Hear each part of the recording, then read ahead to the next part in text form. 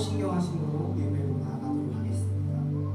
나는 전능하신 아버지 하나님 전지의 창조주를 믿습니다. 나는 그의 유일하신 아들 우리 주 예수 그리스도를 믿습니다. 그는 성령으로 잉태되어 동정녀 마리아에서 나시고 동기요 빌라도에게 고난을 받아 십자가에 못 박혀 죽으시고 장사된 지 사흘 만에 죽은 자 가운데서 다시 살아나셨으며 하늘에 오르시어 전능하신 아버지 하나님 우편에 앉아 계시다가 거기로부터 살아있는 자와 죽은 자를 심판하러 오십니다. 나는 성령을 믿으며 거룩한 공교회와 성도의 교제와 죄를 용서받는 것과 몸의 부활과 영생을 믿습니다. 아멘. 할렐루야. 네. 이 시간 우리가 주일을 맞이하여서 예배를 드리려고 하는데요. 또한 이 자리 가운데 나오신 여러분들 우리가 같이 찬양하고 또 집에서 또 다른 곳에서 예배하고 하나님께 기도하고 또 주님을 안식일의 마음으로 섬기고 있는 그런 친구들에게 놀라운 사람들에게 우리 교인들에게 그런 하나님의 귀하신 안식일의 축복과 또 안식이 있기를 소망합니다. 이 자리 가운데 나오신 여러분들 또한 정말로 주님을 간절히 사모하는 마음으로 이 시간 찬양하면서 나아가셨으면 좋겠습니다. 우리가 고백하며 나아갈 때에 그 가사를 묵상하면서 또 그 가사를 올려드리는 그런 귀한 시간들이 소망합니다.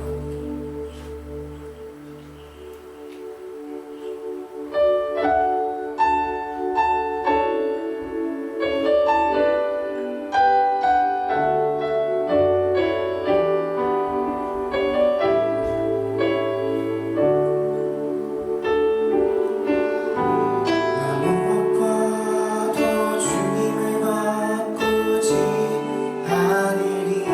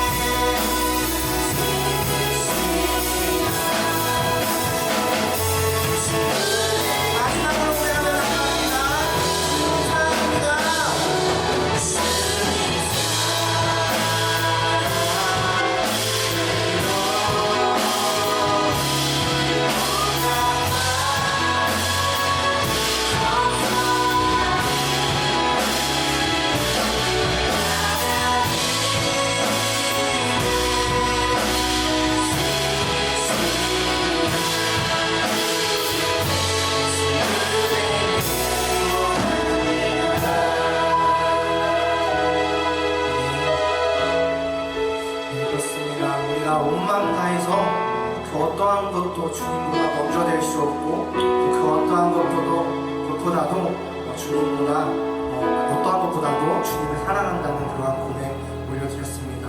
그렇게 사랑하시는 여러분 되기를 간절히 소원합니다. 이 시간 박수 치시면서 찬양하도록 하겠습니다.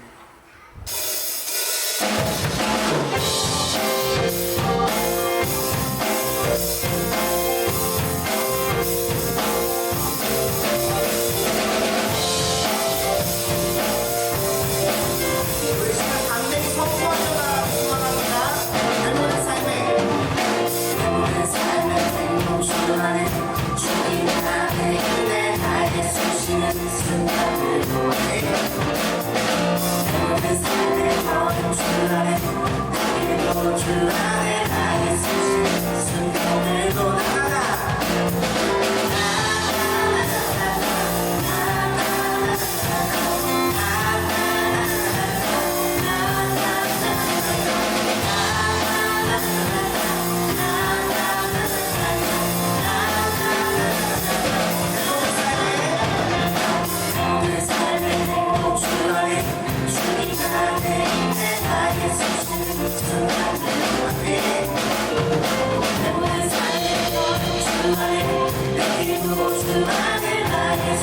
한번더 사랑합니다. 모든 삶의 행동 중간에 주님 안에 있는 나의 순간을 보아내 모든 삶의 모든 중간에 행동 중간에 나의 나나나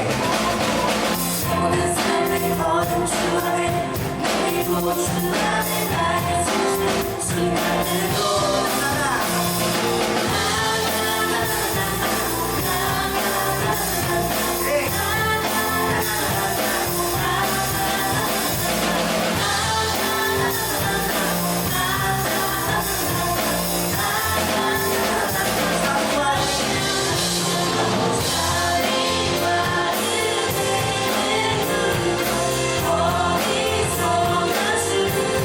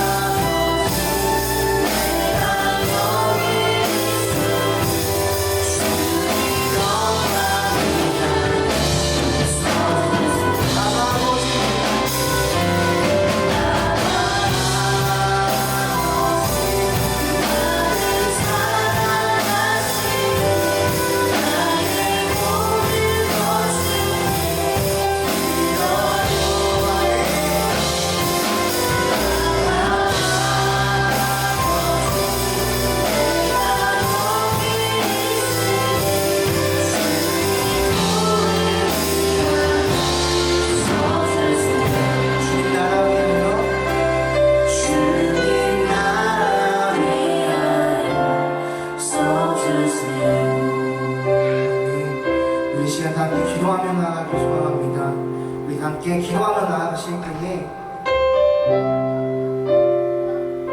피난처 되시는 예수님, 내가 주님께 나아가기 소망합니다.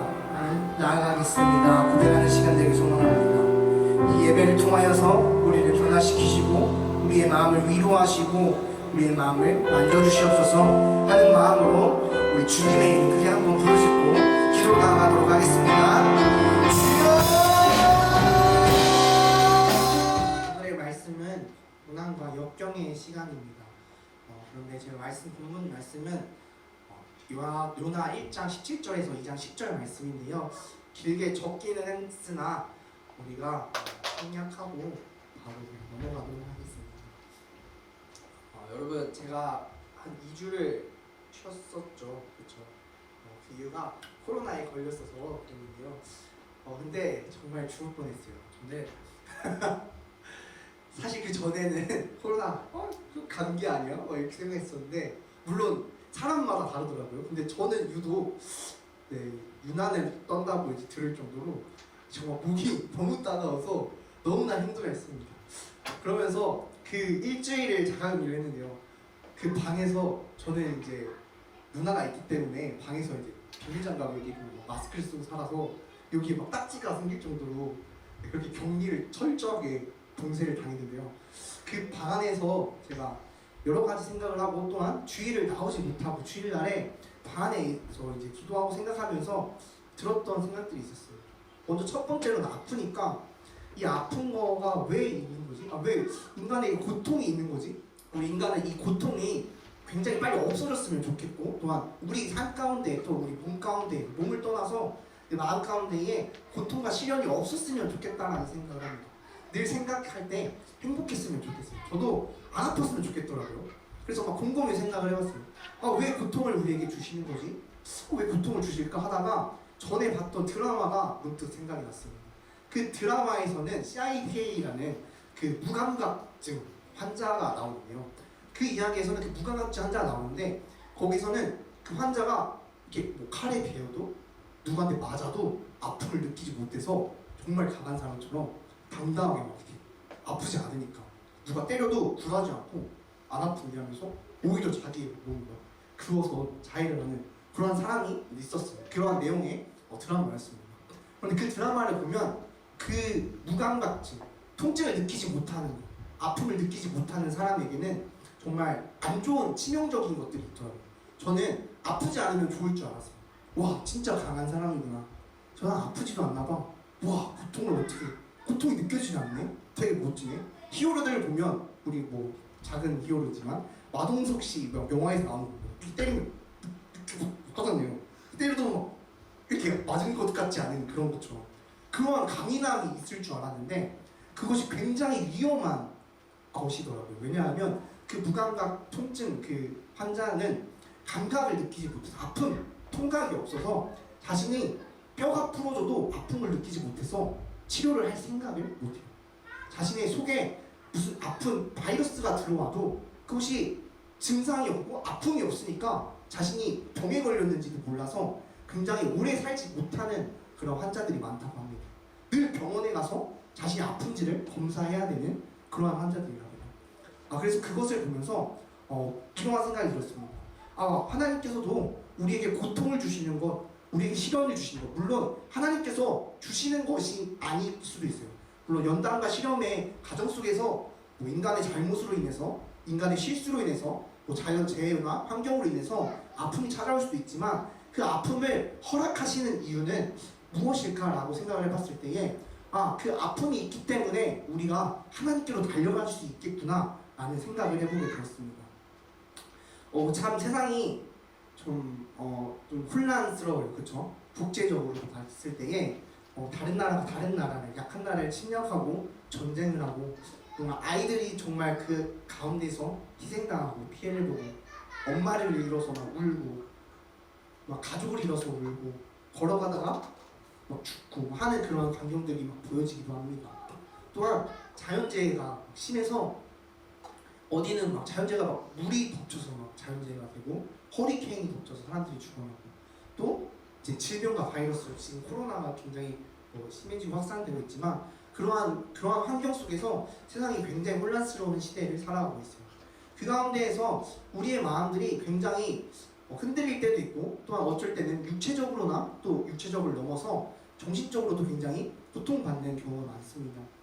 또 가장 무서운 것은 그 중에서도 우울증이 가장 무섭다고 해요. 우울한 것 또한 청년 고독사가 굉장히 많아지면서 그 전부터 많았지만 점점 증가하는 추세라고 합니다. 사람들이 다른 사람에게 관심을 가지지 않고 혼자 살아가기 때문에 정말 그 슬픔과 고독 속에서 살아가는 사람들이 많다고요. 여러분은 제가 봤을 때 굉장히 앞에서는 밝고 웃고 있지만 또 어딘가는 모르게끔 정말 멍든 사과처럼 어딘가는 분명히 멍들어 있을 일이라 생각이 듭니다. 왜냐하면 감각을 느끼는, 고통을 느끼지 않는 사람은 없기 때문이에요. 그쵸? 그 환자들 말고 또 마음의 상처를 잊지 않는 사람은 없기 때문입니다. 그렇게 완벽한 사람은 없기 때문이에요. 그렇기 때문에 오늘 여러분께 또한 그러한 마음들이 있다면, 또한 그런 상처들이 있었다면, 또한 아직 덜 남은 것들이 있다면, 또 앞으로 닥쳐올 시련이 있다면 있겠죠, 그렇죠? 그러한 것들을 대비해서 또한 그런 것들을 위로하는 마음으로 오늘 말씀을 전하고자 합니다. 그러한 마음이 있는 분들이라면 꼭 이 시간 말씀으로써 하나님께서 만져주시고 치유되기를 소망합니다.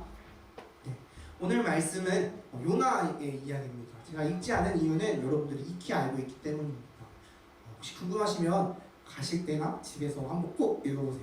읽어보지 않을 거라는 걸 알기 때문에, 네, 그래도 제가 유튜브에 영상을 올리면 거기 그냥 한번 그 부분이라도 스킵해서 한번 보기를 소망합니다.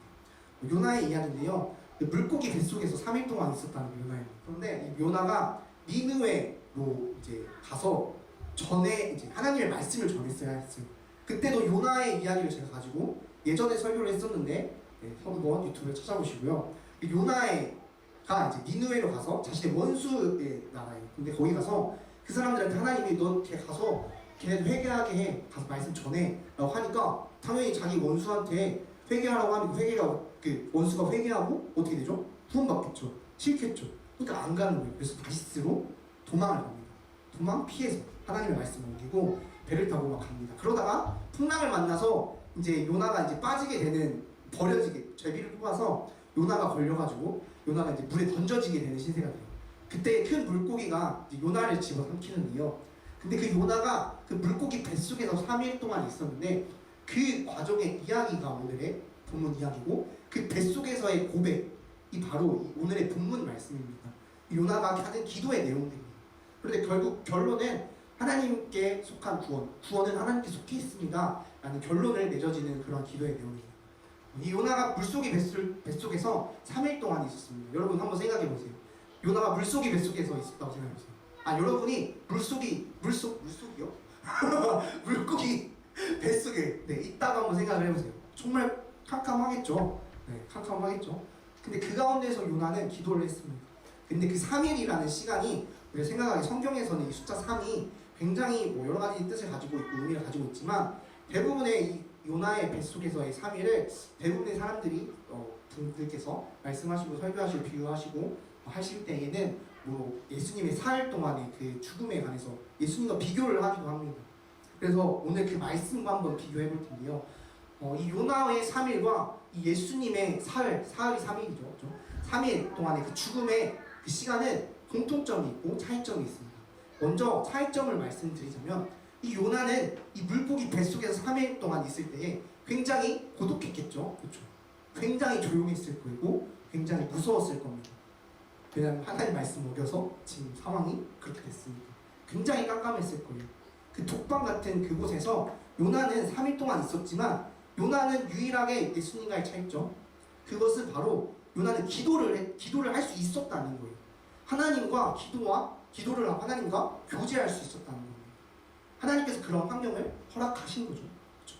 그 시간 동안 요나는 기도를 할 수 있었고 이렇게 멋진 고백을 할 수 있었습니다. 또한 그 시간 동안 기도를 함으로써 자신을 깨닫고 돌아볼 수 있고 하나님을 인정했습니다. 그런데 예수님의 이 죽으신 이 4일 동안 죽으셨을 때, 돌아가셨을 때에 이 3일은 이 요나의 시간과 다른 이유는 예수님께서는 정말 철저하게 하나님과 단절되셨다는 거예요. 요나는 하나님과 기도할 수 있었고 교제할 수 있는 시간이 있었지만, 예수님께서는 철저하게 인간의 몸으로 오셔서 정말로 그 두 가지, 우리가 이원론적으로 생각하면 안 되는데, 이거는 헬라의 적인 사상이 있었기 때문에 이원론적으로 영과 육이 나눠졌다고 생각을 하지만, 그것을 떠나서 전적으로 예수님께서는 죽으셨던 거예요. 단절되셨던 거예요. 예수님이 왜 전적으로 단절됐다는 것을 알 수 있는 이유가 무엇이냐면, 예수님께서 십자가를 지시기 전에 기도를 하셨는데 그 기도하시는 그 모습이 어땠다고요? 땀이 피가 되는 거죠. 되도록 정말 간절하게 기도하셨대요. 그 이유가 무엇이었냐면, 하나님과 단절되는 것을 너무나 두려워하셨기 때문에. 그 죽음이 두려운 게 아니라 하나님과의 단절되는 그 3일, 그 시간이 너무나도 두려웠기 때문에. 그렇기 때문에 예수님께서는 정말로 땀이 피가 되도록 정말 간절하게 철저하게 기도하셨어요. 내 자녀를 피해가게 해줄 수 있으시면 피해가 해달라고 말씀하시면서 정말로 그 3일의 시간을 정말로 싫어하셨던 건지 모르겠어요. 두려워하셨던 건지는 모르겠지만 그토록 기도하셨습니다. 그렇기 때문에 이 요나의 시간과 예수님의 시간은 그러한 차이점이 있습니다. 그런데요, 그 차이점에도 불구하고 공통점이 하나 있어요. 그것은 무엇이었냐면 그 철저하게 배제되고 세상과 단절됐던 그 시간, 하나님과 단절됐던 그 시간 가운데에 했던 행동이 하나 있었어요. 그것이 바로 기도를 했다는 겁니다. 요나는 그 환경 속에서 기도를 했고, 예수님 그 환경이 오시기 전에 미리 아셨기 때문에 그 환경에 대비해서 하나님께 기도를 했다는 겁니다. 여러분, 우리의 삶이 굉장히 어찌 보면 행복한 날만 있었으면 좋겠지만, 아까도 말씀드렸다시피 우리는 고통을 느끼는 존재이고, 또한 우리 삶 가운데 꼭 무조건적인 무감각적인 것들이만 있는 것이 아니라 우리에게는 아픔도 찾아오고 시련도 찾아오고 고난도 찾아옵니다. 지금 이 세계 가운데 아파하고 슬퍼한 사람들이 많고, 또한 이 환경들 주변 가운데에 그러한 사람들이 넘쳐나듯이 정말 우리의 삶은 그렇게 연약하기 짝이 없는 삶이에요. 또한 세상과 단절되어 있는 삶입니다. 그런데 안타까운 것이 하나 있다면 우리 세상에 없어진 것들이 있다는 거예요. 이 세상이 그렇게 많이 발전하고 있음에도 뭔가 이상하게 모르게 역행하고 있는 것 같은 느낌이 들 때가 있어요. 왜냐하면 세상 가운데에 무엇이 사라졌냐면 우리 가운데에 고요가 사라졌기 때문입니다. 정말 우리는 수없이 많은 이야기들, 수없이 많은 지식들, 수없이 많은 말들을 듣고 깨닫고 살아갑니다. 수없이 내가 듣고 싶지 않아도 나도 모르게 어디선가 막 습되는 그런 정보의 늪에서 막 살아가요. 그런 노이즈 속에서 살아갑니다. 그런데 우리의 삶의 안타까운 것은 그렇게 열심히 살아가지만 그 가운데에 고요가 없다는 거예요. 그 고요한 시간이 찾아오지 않았다는 거예요. 만약에 여러분의 삶에 정말 힘들고 정말 이 요나의 물속이 뱃속에서의 그 3일처럼 예수님의 그 3일의 단절된 시간처럼 하나님과의 뭔가 단절된 교류가 없고 단절된 것 같고, 그 마음 가운데에 뭔가 고단하고 고통스럽고 또 뭔가 갇혀있고 멀어져 있고 하나님과 멀어져 있고 어둠 속에 있는 것 같다면 예수님과 요나가 그 시간 동안 기도했던 것처럼 여러분이 기도로서 그 시간을 견뎌내길 소망합니다. 또한 이 말씀 가운데 요한복음 10장 30절 말씀을 보면 예수님께서는 나와 하나님 하나라고 말씀하세요. 그 하나이신 분, 예수님께서 그 3일 동안 죽으셨고 단절되셨지만 예수님께서 정말 우리가 생각하기에 희생해서 순교자처럼 죽으신 것이 아니라 예수님은 하나님과 하나이신 분인 거예요. 그런데 그 분이 하나이신 분이 죽었다는 것은 구원자가 죽었다는 겁니다. 우리를 만드신 그분이 우리를 위해서 죽었다는 거예요.